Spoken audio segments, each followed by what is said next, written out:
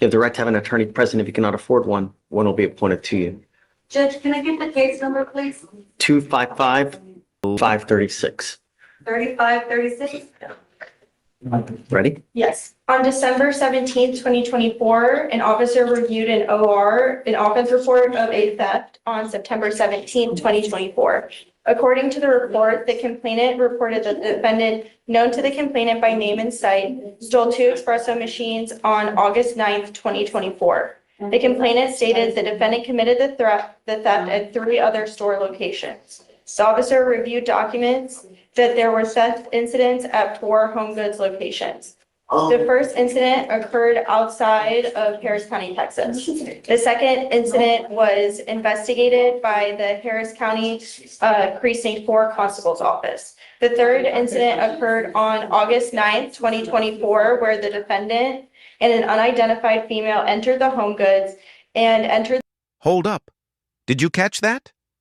She ran to the back of the store, grabbed sheets, tried to return them without a receipt, and then walked out with them when it didn't work.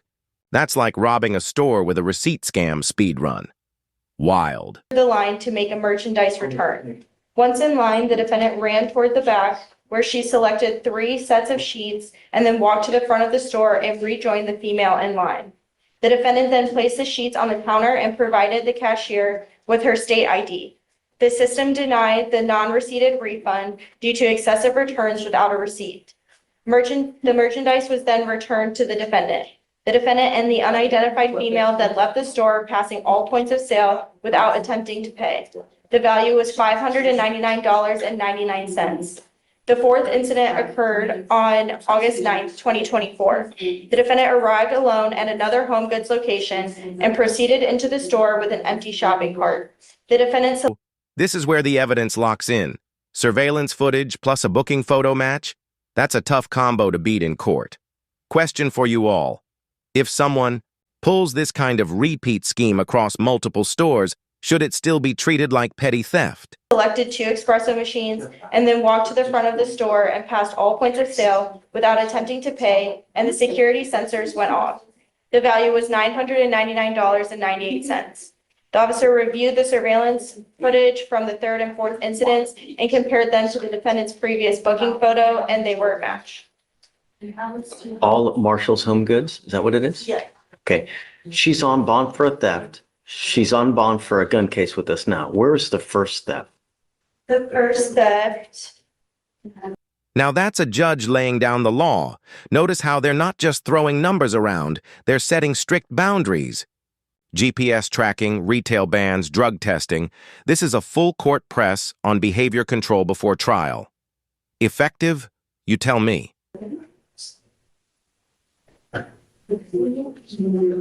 Is from a Walmart judge.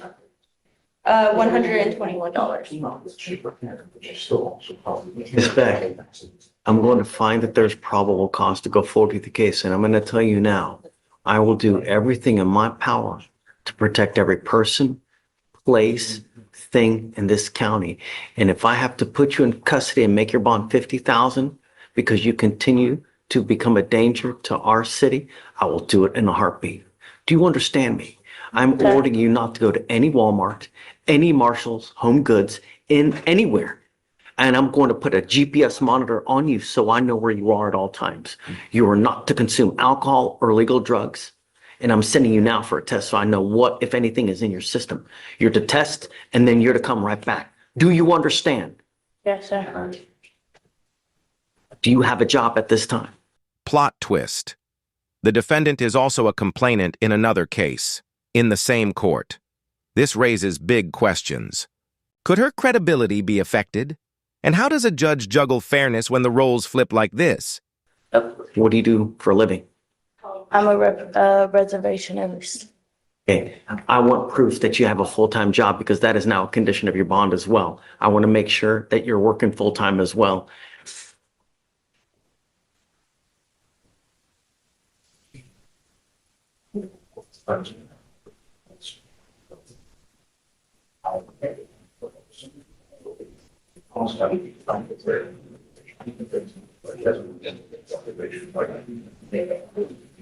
And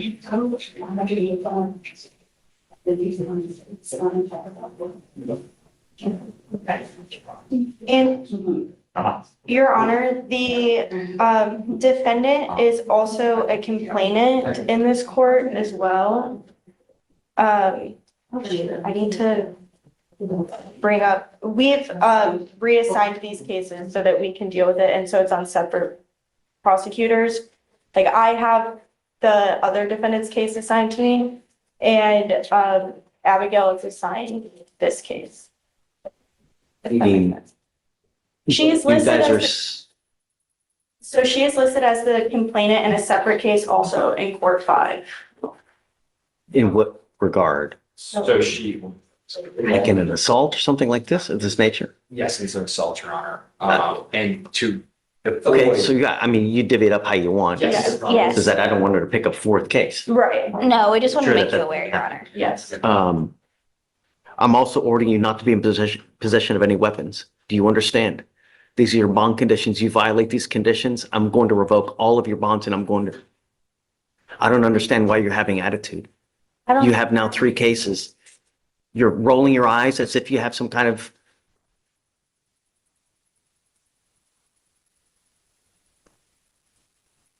We need to talk about bond.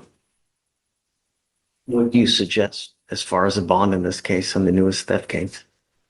We would suggest a surety bond on the case, Judge, and leave it up to your discretion in terms of amount, but I don't think a PR bond would be appropriate here. Well, if you do make it a surety bond, we'd ask for it to be low. She did show up here on her own volition today. And I think she's, at least for today, showing the right attitude about how to handle this from here on in.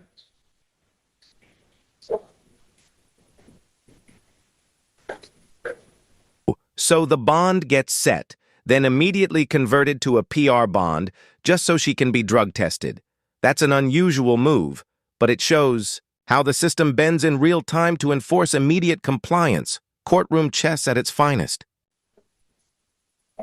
Set your bond at $2,500. Cash a surety. No more PR bonds. Do you understand?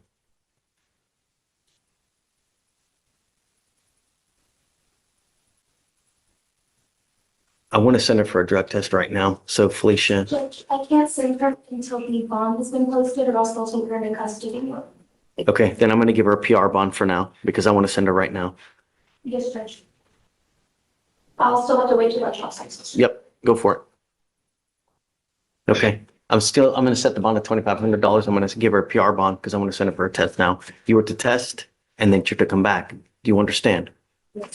Not leave until you sign our bond conditions. Please take a seat. Do I have to be back here when she returns? No, I'm not. I want to know what, if anything, is in her system, but I want proof within a week of today of full-time employment. Okay. And then depending on what happens with the test, when we come back in a week, we'll talk about how to go further. Okay.